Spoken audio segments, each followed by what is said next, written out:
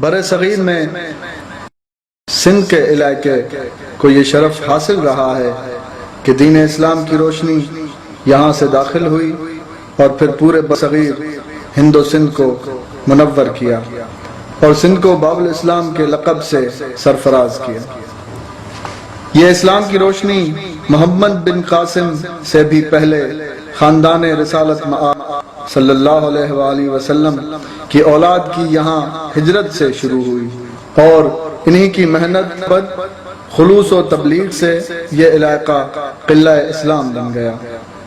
اس طرح یہ سلسلہ کئی صدیاں جاری رہا اور خانوادہ اہل بیت علیہ السلام سندھ میں تشریف فرما ہوتے رہے۔ 7ویں صدی ہجری میں خانوادہ محمد و اہل بیت محمد کے چشم و چراغ حضرت امام علی نقی علیہ السلام کی نسل سے بہت ہی بڑے عالم، زاہد، متقی و صاحب کرامت حضرت امیر سید محمد مکی بن سید محمد شجاع اپنے خاندان کے ہمراہ سن ہجری 640 میں مشہد مقدس ملک ایران سے سندھ میں تشریف لائے اور انہوں نے سنت حضرت امام حسین علیہ السلام کے مطابق یہاں کے حاکم سے زمین خریدی اور آباد ہو گئے۔ یہ علاقہ جو موجودہ جغرافیائی اعتبار سے سکھر، بکھر، روڑی اور پن و عاقل پر مشتمل ہے اور پھر بکھر میں خاندان کے ساتھ آباد ہو گئے۔ حضرت امیر سید محمد مکی کا مدفن ماڈرن ہائی اسکول سکھر کے عقب میں زیارت خاص و عام ہے۔ حضرت امیر سید محمد مکی نے یہاں پر مدرسہ اور مسجد تعمیر کرائی اور درس و تبلیغ کی بنیاد ڈالی، جو ان کے بعد ان کے فرزند حضرت خطیب سید صدر الدین نے اپنے والد کی طرح درس و تدریس اور تبلیغ اسلام کا یہ سلسلہ جاری رکھا۔ ان کا مدفن سکھر اور روڑی کے درمیان جزیرہ نما قلعہ بکھر میں واقع ہے۔ یہ درس و تبلیغ کا سلسلہ نسل در نسل آگے بڑھتا رہا اور دین اسلام کی بنیادیں مضبوط ہوتی رہیں۔ حضرت خطیب سید صدر الدین کی نسل سے کئی بزرگان کامل اور ولی اس خدمت دین اسلام اور خدمت خلق خدا میں مصروف عمل رہے۔ ان بزرگ ہستیوں میں سے چند کے نام یہ ہیں جو کہ روڑی شہر میں مدفون ہیں: سید محمود شاہ، سید حامد شاہ، سید مظفر پاک، سید نظام الدین،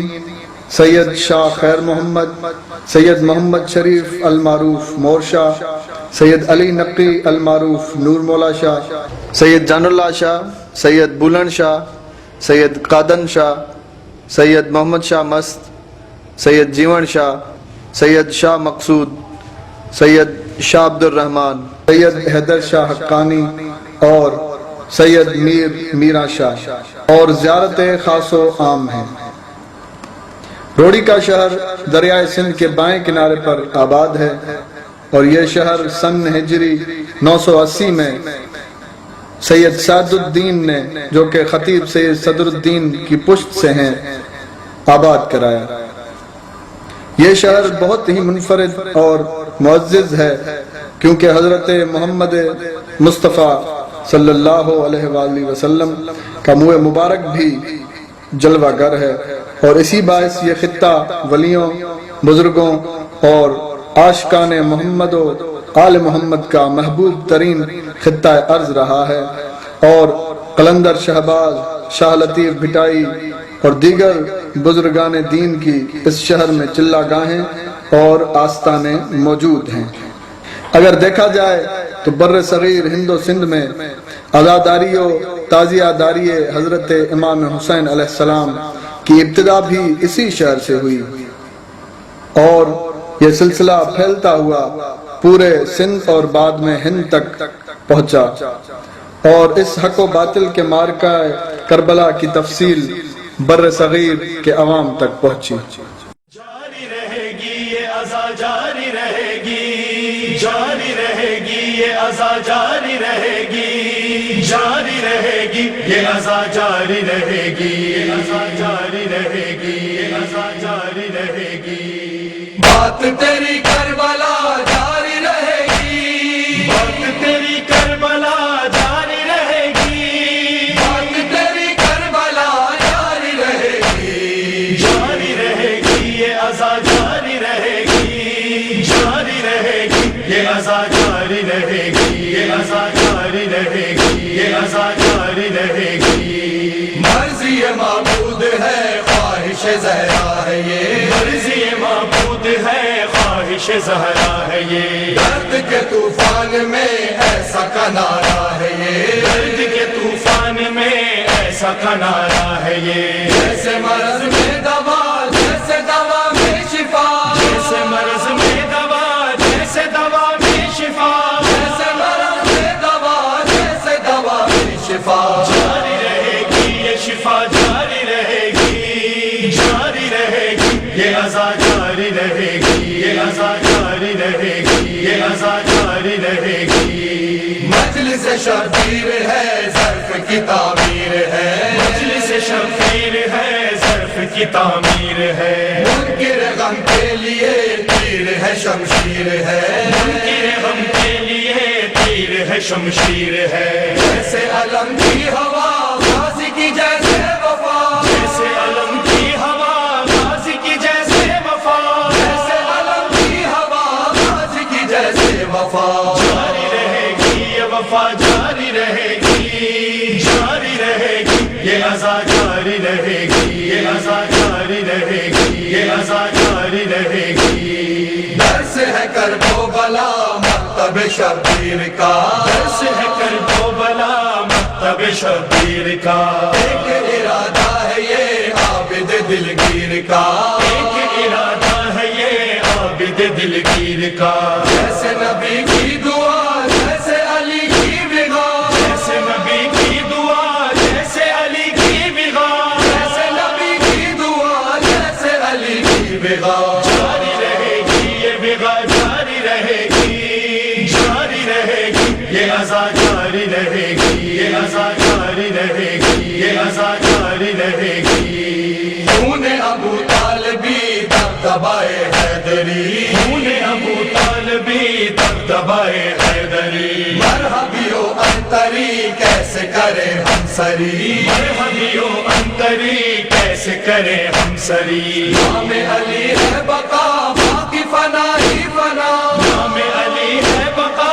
باقی فنا ہی فنا نام علی ہے بقا باقی فنا ہی فنا جاری رہے گی یہ فنا جاری رہے گی جاری رہے گی یہ عزا جاری رہے گی یہ عزا جاری رہے گی یہ عزا جاری رہے گی فرش عزا کی قسم تازہ رہے گا یہ غم فرش عزا کی قسم تازہ رہے گا یہ غم قبر سے محشر تلا غم یہ رہے گا بہم قبر سے محشر تلا غم یہ رہے گا بہم پرچم عباس کی رک نہیں سکتی ہوا پرچم عباس کی رک نہیں سکتی ہوا پرچم عباس کی رک نہیں سکتی ہوا جاری رہے گی یہ ہوا جاری رہے گی جاری رہے گی یہ عزا جاری رہے گی یہ عزا جاری رہے گی یہ عزا جاری رہے گی آؤ چلے کربلا کرنے کو ماتم بپا آؤ چلے کربلا کرنے کو ماتم بپا تاکہ وہاں ہو سکے اجر رسالت ادا